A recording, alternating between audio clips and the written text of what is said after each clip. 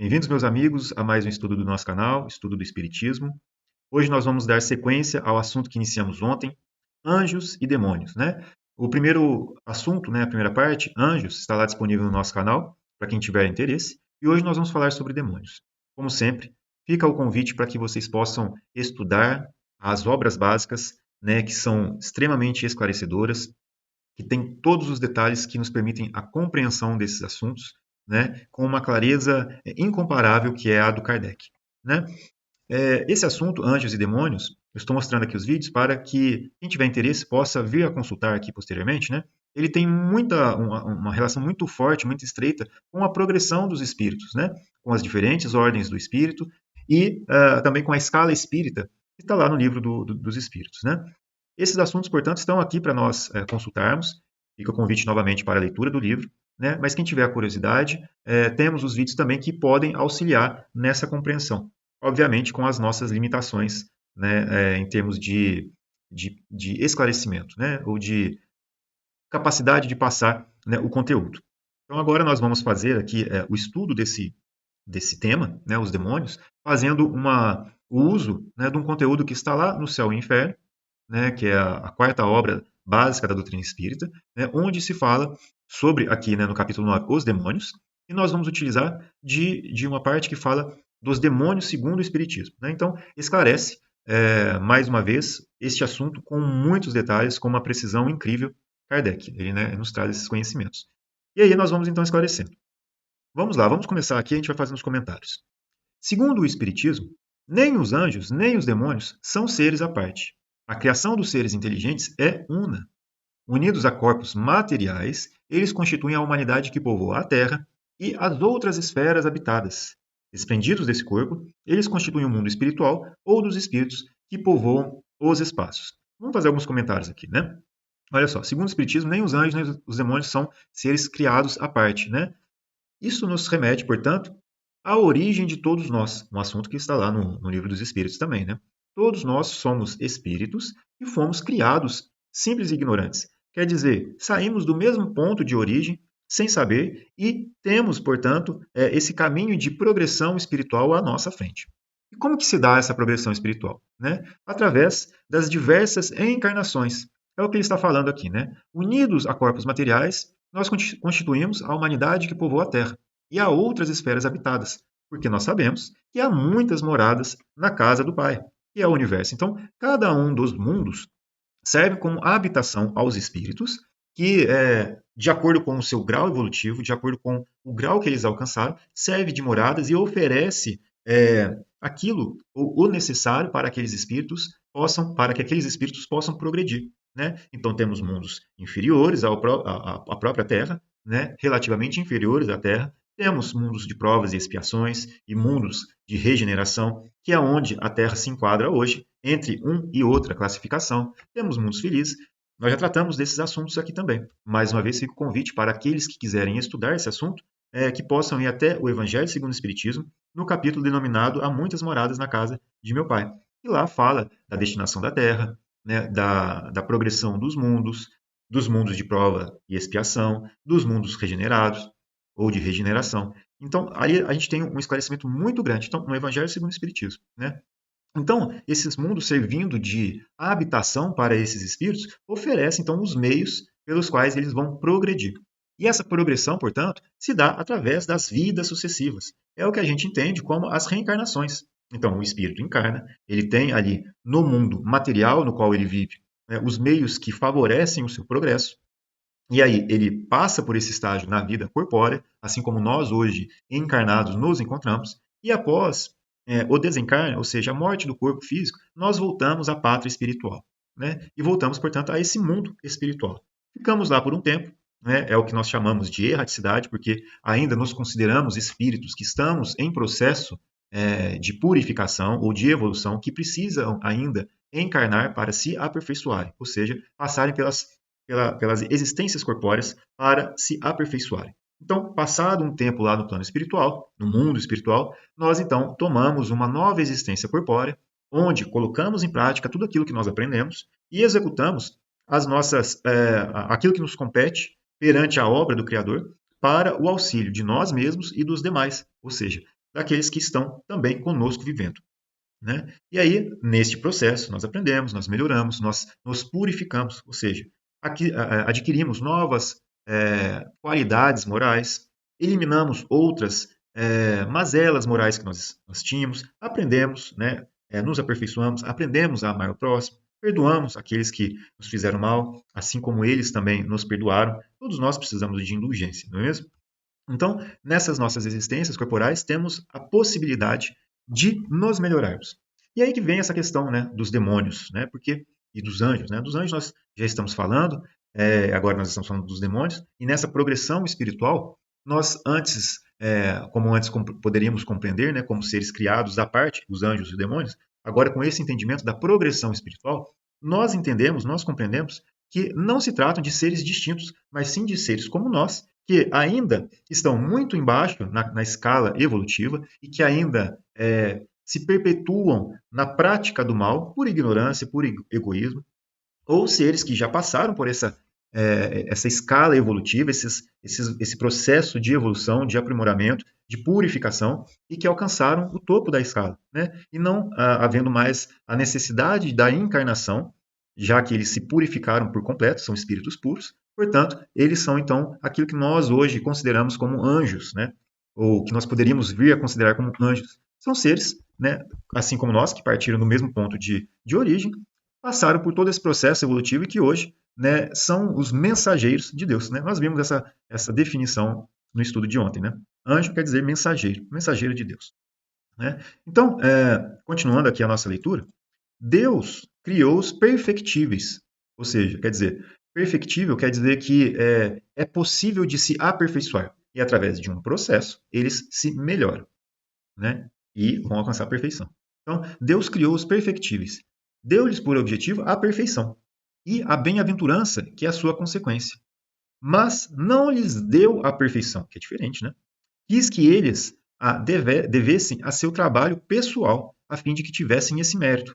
Então, nós estamos compreendendo aqui que anjos, né, por exemplo, né, eles não são seres criados à parte, eles são espíritos que, pelo seu próprio mérito, alcançaram essa perfeição. Né? Como está escrito aqui, Deus não lhes deu a perfeição.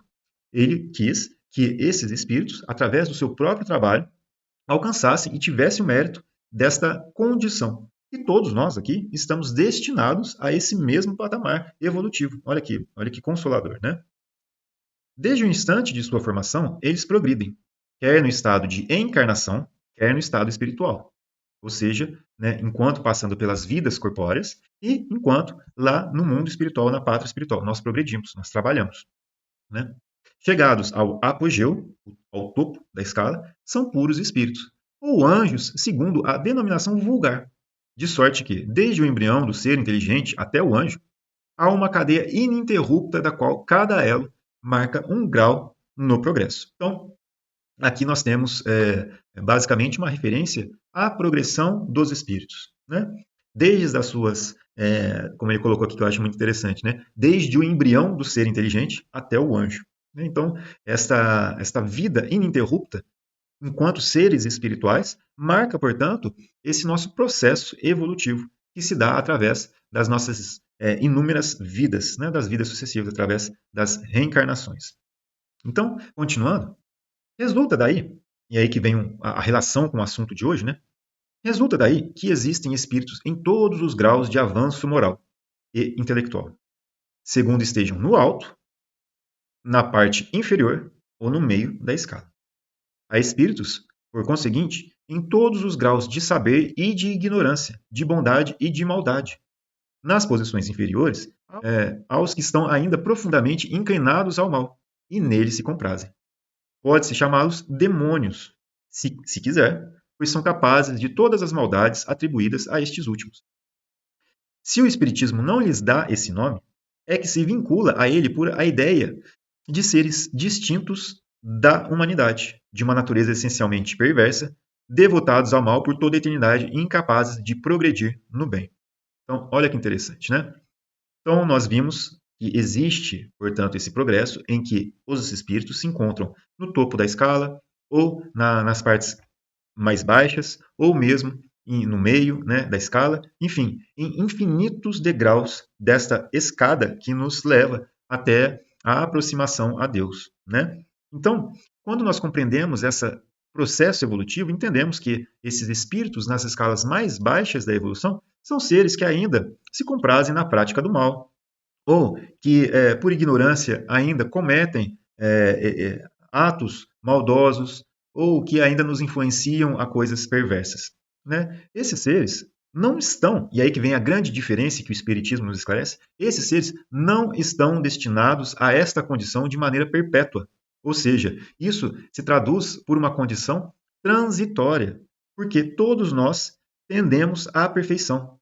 Quer dizer, no Espiritismo, nós entendemos que Deus criou todos os seres de maneira igual, ou seja, não existe parcialidade de Deus, onde alguns seriam criados melhores do que os outros. Ou seja, Deus não criou anjos e demônios, criou seres de maneira igual, e nós, passando por essas escalas, ou por esse processo evolutivo, vamos nos aperfeiçoando. E ainda, quando nós estamos lá na parte mais baixa desse processo evolutivo, quando ainda praticamos o mal muitas vezes, né, nós podemos então sermos considerados ou caracterizados por esse vínculo ao mal, porém de maneira temporária, porque todos nós vamos progredir. É isso que o Espiritismo nos esclarece. E isso é muito consolador, muito, porque muitas vezes, inclusive a nós mesmos, nós podemos fazer referências a atos impensados que tivemos, ou atitudes que nós hoje nos arrependemos, mas que, compreendendo essa questão evolutiva, nós podemos entender que fizemos aquele mal por alguma ignorância ou mesmo por egoísmo, né? Por um momento de inconsequência da nossa parte, mas que nós todos temos a possibilidade de recomeçar, de fazer um novo fim para nós mesmos, para os outros. E é aí que nós entendemos não apenas a nossa situação e nos perdoamos, mas também entendemos a situação do próximo, daqueles que nos rodeiam, e também somos capazes de melhor perdoá-los, porque sabemos que aquele estado deles é momentâneo, é temporário, e eles também vão se aperfeiçoar. Né? Por isso o Espiritismo é muito consolador. Né? Vamos dar continuidade aqui no item 21. Esse estudo de hoje é bastante rápido, porque só tem uma questão aqui nesta parte, né, que trata desse assunto dos demônios. Né? Mas eu trouxe aqui um texto que é do Céu e Inferno, que nos auxilia a compreender melhor. Número 21 dessa parte do Céu e Inferno. Segundo a doutrina da Igreja, os demônios foram criados bons e tornaram-se maus por sua desobediência. São os anjos caídos. Foram colocados por Deus no alto da escala e desceram.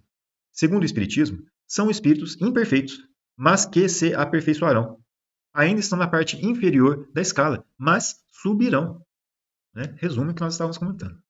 Aqueles que, por sua indiferença, sua negligência, sua obstinação e sua má vontade, permanecem mais tempo nas posições inferiores, carregam essa pena e o hábito do mal torna-se-lhes mais difícil sair dele.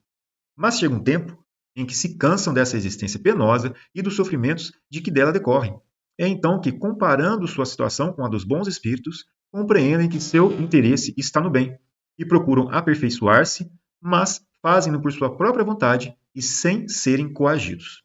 Né? Isso aqui é muito interessante, porque a gente estuda, né, ou mesmo na prática da mediunidade, nós temos então o contato com muitos desses espíritos que se encontram nesta condição. Né?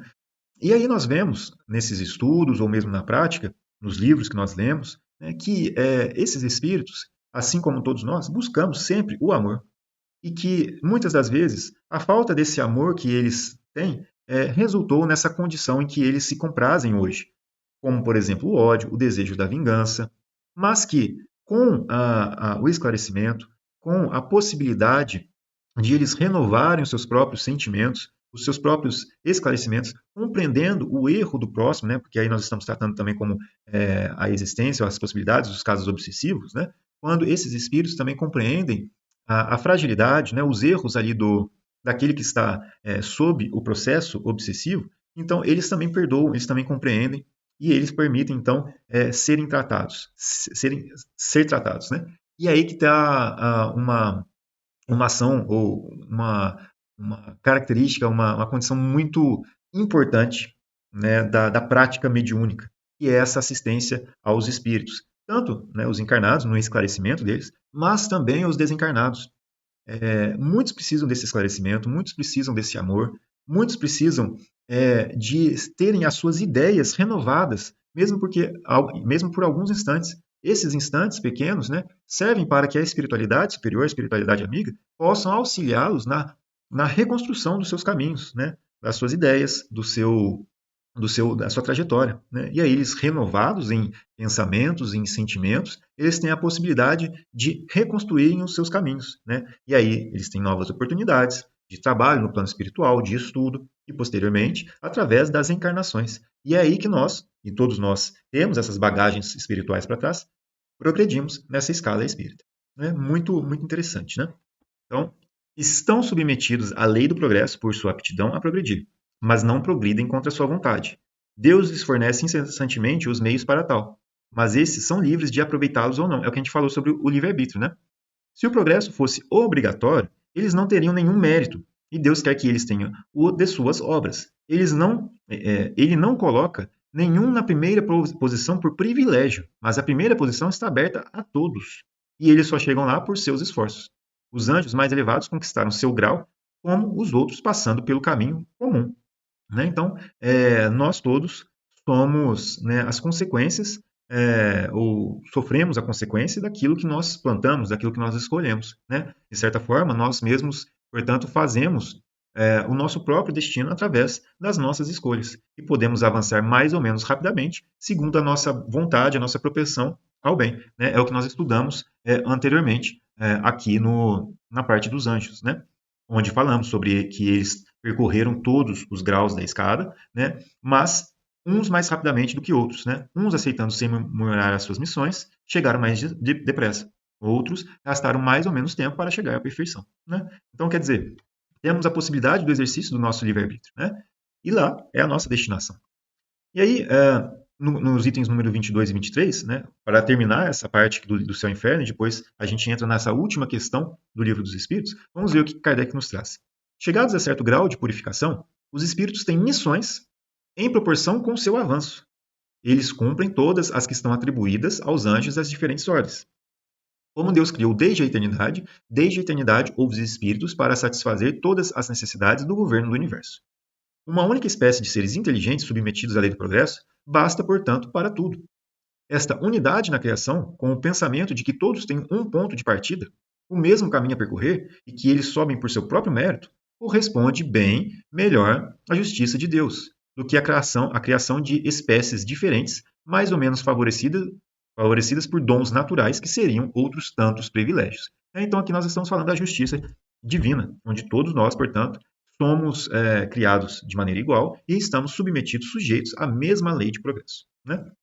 E aí ele termina. A doutrina vulgar sobre a natureza dos anjos, dos demônios e das almas humanas, não admitindo a lei do progresso, e vendo, porém, seres em diferentes graus, conclui daí que eles eram o produto de outras tantas criações especiais, né? Ou seja, achando que eles teriam sido criados diferentemente. Ela chega assim a fazer de Deus um pai parcial, dando tudo a alguns de seus filhos, ao passo que impõe a outros o mais rude trabalho.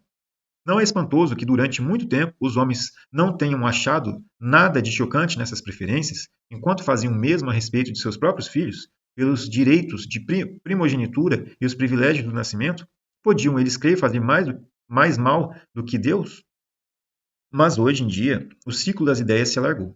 Eles veem mais claro, têm noções mais nítidas da justiça, querem-na para eles, e se nem sempre a encontram na terra, esperam ao menos encontrá-la mais perfeita no céu.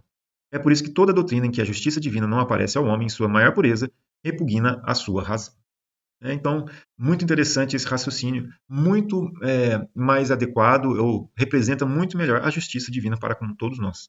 E, como nós temos insistido aqui nessa condição, dessa progressão dos espíritos, isso é muito consolador, porque nos auxilia a compreender as nossas falhas também, né? E compreender que nós podemos nos melhorar e que isso faz parte do nosso processo de aprendizado. Isso é muito, muito consolador. E a doutrina espírita, tirando essa questão de penas eternas, de demônios ou de infernos, a doutrina espírita esclarecendo todas essas questões, né, dizendo que não existem penas eternas, né, que não existem castigos eternos, que não existem demônios, diabos, isso nos auxilia muito, nos consola muito, porque ajuda a compreender a nossa natureza e é uma natureza divina, porque Deus está dentro de nós, né? E isso nos ajuda a desvendar ou revelar esse Deus que existe em nós, porque nós compreendemos as nossas possibilidades, o nosso processo de aprendizado, e nós, então, sabendo que podemos, portanto, vir a tomar escolhas equivocadas, e nós temos a oportunidade de recomeçar, de corrigir. Isso é muito consolador, muito, muito consolador. Então, a única questão, né, dessa parte sobre os demônios, né, é a questão 131.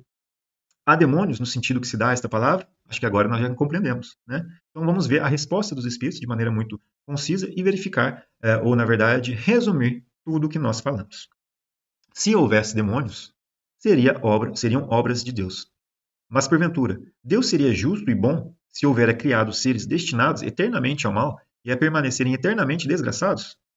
Se há demônios, eles se encontram no mundo inferior em que habitais e em outros semelhantes. São esses homens hipócritas que fazem de um Deus justo um Deus mau e vingativo, e que julgam agradá-lo por meio das abominações que praticam em seu nome. Muito interessante essa resposta dos espíritos, né? Precisamos refletir muito, porque às vezes, né, nós ficamos presos a essas ideias, né, de um Deus mau, de um Deus que castiga, de um Deus vingativo, mas isso tudo é criação do próprio homem, né? Porque Deus é pura bondade, puro amor, né? E ele nos dá oportunidades sempre de melhorar, né? Ou seja, Deus é misericordioso. Portanto, é isso que nós precisamos mudar a chave dentro da nossa cabeça e tirar essas antigas ideias que ficaram enraizadas em nós de Deus que castiga, Deus que é vingativo, e tirar essas ideias de dentro de nós, porque assim isso nos ajudará muito a nos tornarmos melhores, porque nós vamos aceitar as nossas responsabilidades, compreender as nossas responsabilidades e tomar as nossas decisões, né, com vistas àquilo que nós vamos colher, no sentido de sermos os responsáveis pelas nossas próprias obras e termos os méritos por elas, né? É isso que nós estamos estudando, né? Kardec, ele coloca aqui uma nota para terminar e para comentar essa resposta, né? Eu vou ler só uma parte aqui para que a gente possa fechar esse estudo de hoje, né? A palavra demônio, ele coloca, não implica a ideia de espírito mau, senão na sua concepção moderna, porquanto o termo grego daimon, de onde ela derivou, significa gênio, inteligência e se aplicava aos seres incorpóreos, bons ou maus, indistintamente. Por demônios, segundo a acepção vulgar da palavra, se entendem seres essencialmente malfazejos, né? Essa ideia que hoje nós temos, a ideia moderna, né? Que é o que ele coloca como sendo a acepção vulgar. Como todas as coisas, eles teriam sido criados por Deus. Ora, Deus, que é soberanamente justo e bom, não pode ter criado seres prepostos, por sua natureza, ao mal e condenados por toda a eternidade. Se não fossem obras de Deus, existiriam como ele, desde toda a eternidade, ou então haveria muitas potências soberanas, né? Os homens fizeram com os demônios o que fizeram com os anjos. Assim como acreditaram na existência de seres perfeitos desde toda a eternidade, também tomaram os espíritos inferiores por seres perpetualmente maus. Por demônios se deve entender os espíritos impuros, que muitas vezes não valem mais do que as entidades designadas por esse nome, mas com a diferença de ser transitório o estado deles. São espíritos imperfeitos, que se rebelam contra as provas que lhes tocam e que, por isso, as sofrem mais longamente. Porém que, a seu turno, chegarão a sair daquele estado quando quiserem. Poder-se-ia, pois, aceitar o termo demônio com essa restrição, né? Ou seja, essa questão temporária. Mas, como o entendem atualmente, em sentido exclusivo, poderia induzir em erro, fazendo crer na existência de seres especiais criados para o mal, né? Então, resumindo, no termo vulgar da palavra, demônios como sendo seres maléficos e que são predestinados a isso, criados para isso, né? Nós não podemos mais acreditar nisso, na existência disso, né?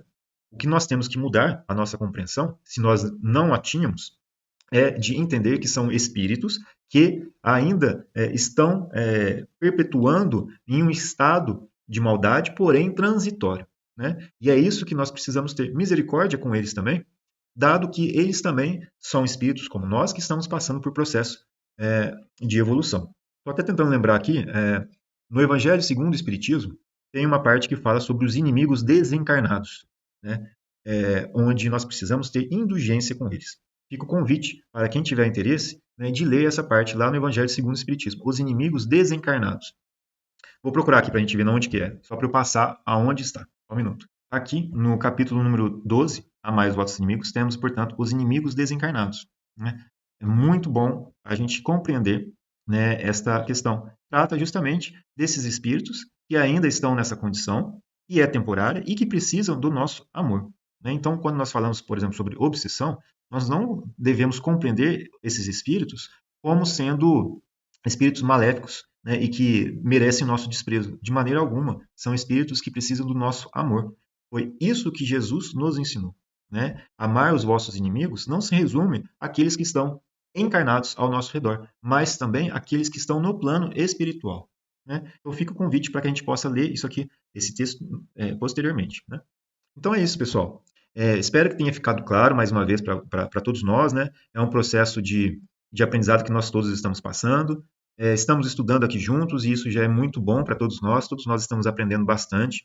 Né? É um assunto que nos esclarece muito, que nos consola muito, nos permite compreender aquilo que acontece na nossa vida. Então, a doutrina espírita é muito esclarecedora, muito consoladora, né? Nos ajuda a tirar muitas dúvidas da nossa cabeça e nos aproximar de Deus, porque antes talvez nós poderíamos nos distanciar deles, já que as coisas que nós escutávamos e que faziam parte das doutrinações que nós éramos alvo, né, elas já não mais faziam sentido para nós, já não completavam mais a gente. Né? Por exemplo, anjos e demônios, como que Deus, que é tão bom, tão justo, pode criar ou pode é, ter criado seres como esse? Né? Não faz sentido para nós. Então a doutrina espírita nos esclarece e por isso ela é tão consoladora. Né? Bom, meus amigos, muito obrigado por mais esse estudo. Né? Eu fico até empolgado de falar sobre a doutrina espírita, porque ela me esclarece muito, ela me ajuda muito no dia a dia.